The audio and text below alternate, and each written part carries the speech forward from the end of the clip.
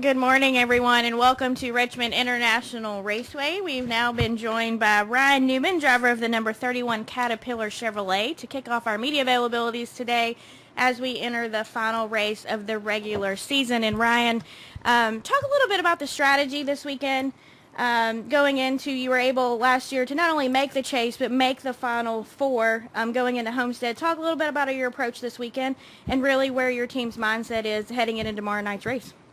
I feel like for the first time in the last 6 or 8 weeks, we're able to open up a little bit, so to speak, and not have to kind of watch our backs. There's no guarantee for us to be in the chase at this point, but it's the best case scenario I've had in probably the last 4 or 5 years. And we've been in a situation in the past few weeks, like I said, that we can't take a little bit of extra risks like short pitting or hitting one less lug nut and things like that. So. That kind of changes a little bit for us, which should hopefully up our performance and make for a better Richmond race for our team. All right, we'll go ahead and take questions for Ryan. If you have one, please state your name and affiliation. We'll start with Mike. Mike Hembry, USA Today. What's the chances of you taking the template from last year and roaring through the chase and being in the Final Four again? 1 in 16.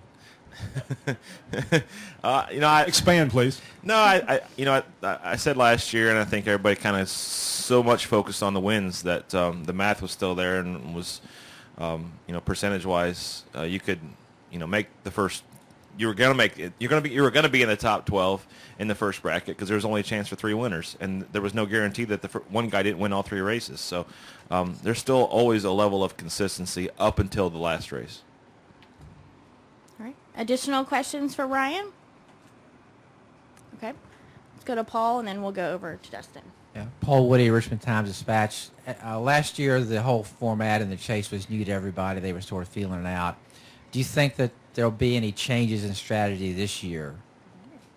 I think the potential's there, but the ultimate strategy is always to win, as it always has been in our sport. And I think that the way the brackets work, you win and you're in. And the last race, like I said, it came down to winning, which there's no guarantee for that in the championship round.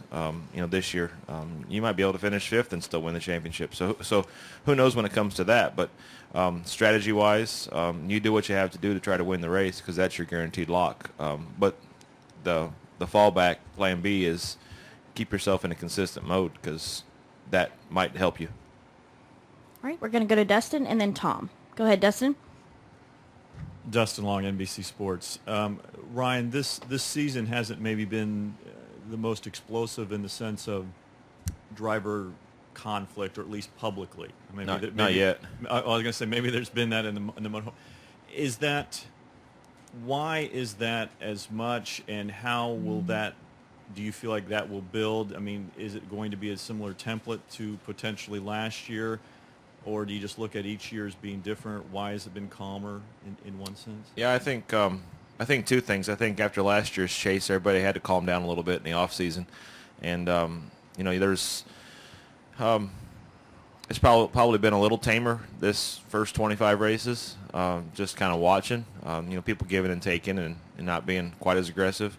I saw a little bit more of that at Darlington than I thought I was going to see. I thought it was going to be more give and take because it was Darlington, and there was quite a few guys that typically when you'd get underneath somebody, they'd let you go, and that didn't happen last week.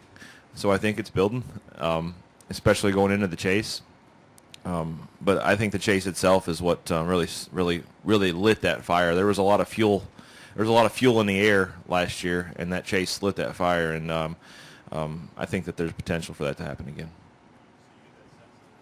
I think once the competition level steps up and the guys, when you have to win or when you have to, move up 5 spots to get your 5 points on that third race of the chase, I think that then it'll definitely light.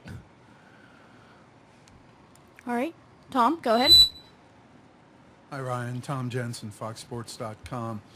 If the field holds as it is right now, there'll be 2 drivers making the chase for the first time and 6 new crew chiefs. How much of an advantage is it having gone through this before, and how much of a challenge is it for new guys? I think emotionally the advantage is there, but other than that, it's just another race or it's just another series of races. The emotional side of it, I think, is probably the biggest part of having a successful chase. Just with respect to the guys last year, that once they became heated under the collar, you could see it. You could see how it affected them. Some guys good, some guys bad. So that emotional experience, I think, is big in our sport, especially. All right. Any final questions for Ryan? Okay, we'll go to Bob.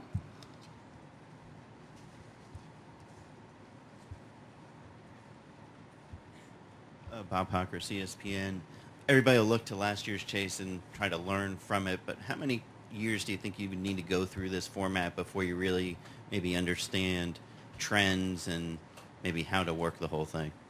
Yeah, I don't know that you can science that out and say that I understand it and this is how we're going to win it, because the competition level is so tough, and you're at the mercy of like last week, you caught a piece of debris on the left rear tire and blew a tire going in turn 3. You can't control that. That changes your entire complexion of your race, and that is all it takes to think that you know what you're doing and have to change your plan. And the experience is good, don't get me wrong. It makes you a little bit more versatile, makes you a little bit more understanding. But in the end, there's so many variables out there that you cannot, there's no program that runs them all. All right, we're going to go to Woody and then back up to Jenna. Go ahead. Woody Kane with MRN. Ryan, the test coming up at Kansas and a lot of talk about the 2016 package. Are you in favor of one form or another for going ahead next year? I'm in favor of one, but they've quit talking to me about it, so I let it ride. All right. I like the low downforce package. I mean, what we had at Darlington, I thought was good racing, and that's always been my personal favorite, was low downforce, softer tires. The impact of the first car or the lead car is less than on everybody else, and it's exponential as it goes through the field. And I think that just kind of puts us back to where our sport was its best racing wise, in my opinion. And there are only so many things that you can manipulate when it comes to the air on race cars and tire grip and things like that. Jenna, go ahead. Jennifer, AP. Last year you made the chase with no wins. You went all the way to the final. I think people were surprised by that. What does it say about RCR that you're back again and that you've also got a teammate with you? Well, we're not guaranteed back, but we're in a good spot. And I think that as an organization, RCR and ECR at the same time have done a really good job to give us better cars, better pieces. We all know that we went through a pretty big hiccup this season, and we've been able to rebound through that. And in the end, we've been a very consistent team.